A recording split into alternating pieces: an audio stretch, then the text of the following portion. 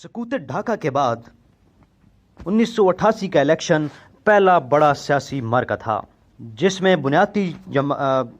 بنیادوں پر الیکشن ہو رہے تھے، کیونکہ 1985 کے انتخابات غیر جماعتی بنیادوں پر آزاد امیدواروں نے لڑے تھے اور پیپلز پارٹی نے ان انتخابات کا بائیکاٹ کیا تھا۔ نومبر میں ووٹنگ کا اعلان ہو چکا تھا اور مقابلہ بہت سادہ تھا، آپ بھٹو کے ساتھ ہیں یا آپ بھٹو کے خلاف ہیں۔ بے نظیر بھٹو کی عوامی مقبولیت کو دیکھتے ہوئے یہ صاف نظر آ رہا تھا کہ شاید وہ الیکشن میں کلین سویپ کریں گی، لیکن ان کے مخالفین انہیں کسی بھی صورت کھلی چھوٹ دینے پر تیار نہیں تھے۔ اسٹریٹجک ٹرائی اینگل بھی اپنے زور دکھا رہی تھی۔ ٹرائی اینگل کا تیسرا سرا یعنی جنرل حمید گل سب سے زیادہ متحرک تھے۔ انہوں نے بے نظیر بھٹو کے خلاف تو سیاسی جماعتوں کا اسلامی جمہوری اتحاد یعنی IJI راتوں رات کھڑا کر دیا۔ اس حقیقت کا اعتراف جنرل حمید گل نے اپنے کئی انٹرویوز میں کھل کر کیا۔ پہلی ملاقات میں جنرل صاحب یہ کہا کہ میں نے آپ کے خلاف IJI بنائی تھی۔ جی میں نے آپ کے خلاف نہیں کہا، میں نے IJI بنائی تھی، ورنہ ہم الیکشن تک پہنچ نہیں سکتے تھے۔ نواز شریف کی جماعت جو اس وقت صرف مسلم لیگ کہلاتی تھی، اس اتحاد کا سب سے بڑا حصہ تھی۔ اس کے علاوہ نیشنل پیپلز پارٹی اور جماعت اسلامی بھی IJI کا حصہ تھیں۔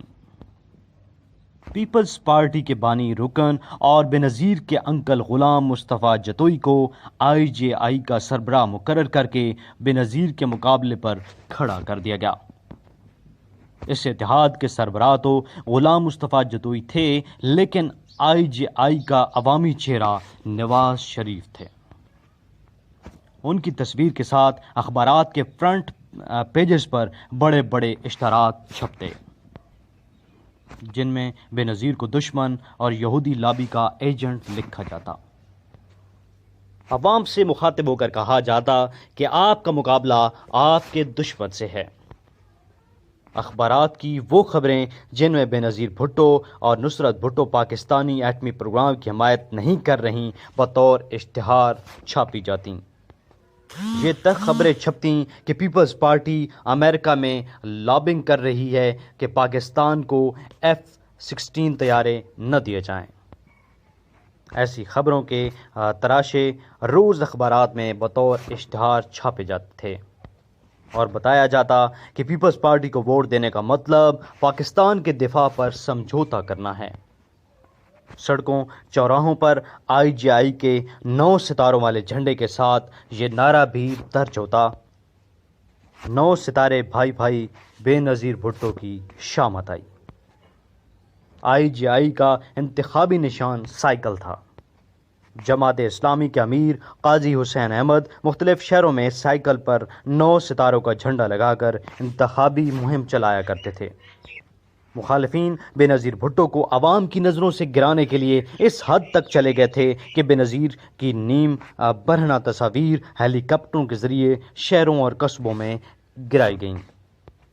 انہیں ماڈرن، مغرب زدہ اور امریکہ اور بھارت کے ایجنٹ تک قرار دیا جاتا رہا۔ بے نظیر بھی اپنے جلسوں میں اسلامی جمہوری اتحاد کو آڑے ہاتھوں لیتی۔ انہوں نے الزام لگایا کہ ہیروئن اور منشیات کی کمائی سے ان کے خلاف انتخابی مہم چلائی جا رہی ہے۔ انہوں نے ایسے اشتہار چھپائے جن میں نواز شریف یا قاضی حسین احمد کو نہیں بلکہ ضیاء الحق کو نشانہ بنایا جاتا۔ ضیاء الحق کو پاکستان کے ایٹمی راز بھارت کو دینے کا ذمہ دار قرار دیا جاتا۔ پیپلز پارٹی آمریت اور اس کے ساتھیوں کے خلاف اپنے انتخابی نشان تیر کو کئی معنوں میں استعمال کر رہی تھی۔ جواب میں IJI بھی ذوالفقار علی بھٹو کے دور میں ہونے والے ظلم اور زیادتیوں کی تصاویر اخبارات میں چھپواتی۔ ان اشتہاروں میں بھٹو کے پاکستان توڑنے کی طرف اشارہ ہوتا اور یہ دکھایا جاتا کہ بھٹو سیاستدان کے پردے میں ایک سخت گیر ڈکٹیٹر تھے۔ وہ اخبارات اور جرائد دکھائے جاتے جو بھٹو نے زبردستی بند کروائے تھے، اور وہ لوگ دکھائے جاتے جن پر بھٹو نے تشدد کروایا تھا۔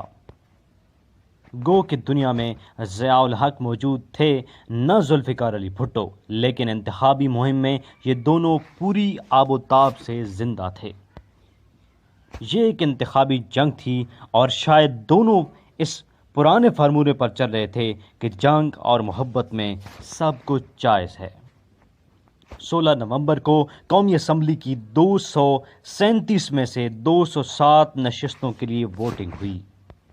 کامیابی کے لیے کسی بھی جماعت کو 104 نشستیں درکار تھیں۔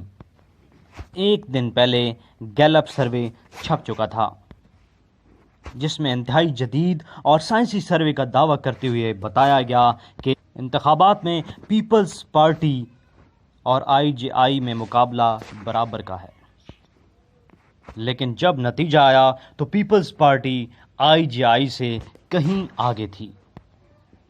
پیپلز پارٹی نے 92 جبکہ اسلامی جمہوری اتحاد نے 54 نشستیں حاصل کی تھیں۔ بعد میں آزاد امیدواروں کی شمولیت سے پیپلز پارٹی کو 115 امیدواروں کی حمایت مل گئی۔ اس الیکشن کی دلچسپ بات یہ تھی کہ IJI کے سربراہ غلام مصطفیٰ جتوئی ہار گئے۔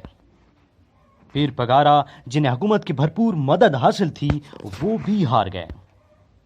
آج آپ سیاست میں خلائی مخلوق کی آوازیں سنتے ہیں۔ مقابلہ تو ایک خلائی مخلوق کے ساتھ ہے۔ بالکل اس وقت بھی ہارنے والے اس قسم کی باتیں کرتے تھے۔ پیر پگارا نے کہا کہ انہیں ہرانے کے لیے خفیہ ہاتھ استعمال ہوا ہے۔ سابق وزیر اعظم جنیجو بھی اپنی شکست پر انگلی منہ میں دبائے کچھ ایسے ہی باتیں کہہ رہے تھے۔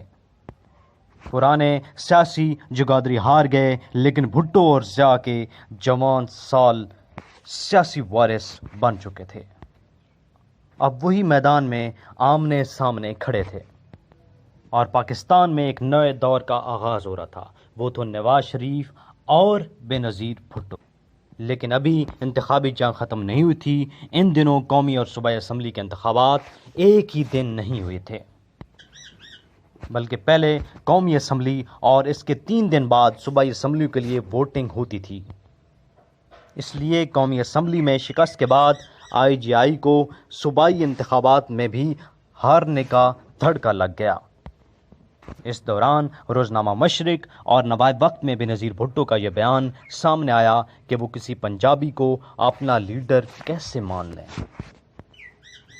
IJI نے اس بیان کو ہاتھوں ہاتھ لیا اور رات بھر میں پنجاب کی دیواروں پر یہ نعرہ لکھ دیا گیا: جاگ پنجابی جاگ، تیری پگ نو لگ گیا داغ۔ مساجد میں لاؤڈ سپیکر پر بےنظیر بھٹو کے خلاف اعلانات بھی کروائے گئے۔ پنجاب کے عوام کو پیپلز پارٹی کے خلاف بھڑکانے کی کوشش کی گئی اور اس مہم کا پیپلز پارٹی کو نقصان بھی ہوا۔ جب نتیجہ آیا تو پنجاب سے 88 نشستیں پیپلز پارٹی نے اور 91 IJI نے حاصل کیں۔ نواز شریف آزاد امیدواروں کو ساتھ ملا کر وزیر اعلیٰ پنجاب بن گئے۔ خیبر پختونخوا یعنی صوبہ سرحد اور بلوچستان میں بھی IJI جیت گئی۔ سندھیوں کے لیے ایسے اشتہارات چھاپے گئے تھے جن میں لکھا تھا کہ سندھ کو ایک جماعتی آمریت سے بچانے کے لیے IJI کے نشان سائیکل پر مہر لگائیں، لیکن یہ کسی کام نہ آئی اور پیپلز پارٹی جیت گئی۔ اور بوجھئے کہ سندھ کے وزیر اعلیٰ کون تھے؟ وہ تھے جناب قائم علی شاہ۔ 2 دسمبر 1988 کو بےنظیر بھٹو نے وزارت عظمیٰ کا حلف اٹھایا اور وہ پاکستان اور عالم اسلام کی پہلی خاتون وزیر اعظم بن گئیں۔ یہ ایک تاریخ ساز واقعہ تھا، لیکن بےنظیر کی حکومت نے پاکستان میں ایک ایسا سنگ میل عبور کیا جس سے پاکستانی تو بہت خوش ہوئے، لیکن امریکہ ناراض ہو گیا اور پابندیاں لگا دیں۔ وہ کیا واقعہ تھا؟ اور جنرل حمید گل نے کون سا خفیہ غیر ملکی آپریشن کیا جس سے ناراض ہو کر بےنظیر بھٹو نے انہیں ISI کی سربراہی سے ہٹا دیا؟ اسامہ بن لادن اور جنرل حمید گل ایک مقصد کے لیے کیسے اکٹھے ہوئے؟ ان تمام تر سوالات کا جواب آپ کو اگلی قسط میں دیں گے، تو دیکھنا مت بھولیے گا تنویر عباس لیکچرر یوٹیوب چینل۔ لائک کریں، سبسکرائب کریں اور بیل آئیکن کو ضرور پریس کریں تاکہ آنے والی ویڈیوز آپ کو بر وقت ملتی رہیں۔ اور یہاں تک 15 ویڈیوز ہو چکی ہیں، انشاءاللہ 16ویں ویڈیو میں آپ کے ساتھ دوبارہ حاضر ہوں گے۔ اللہ حافظ۔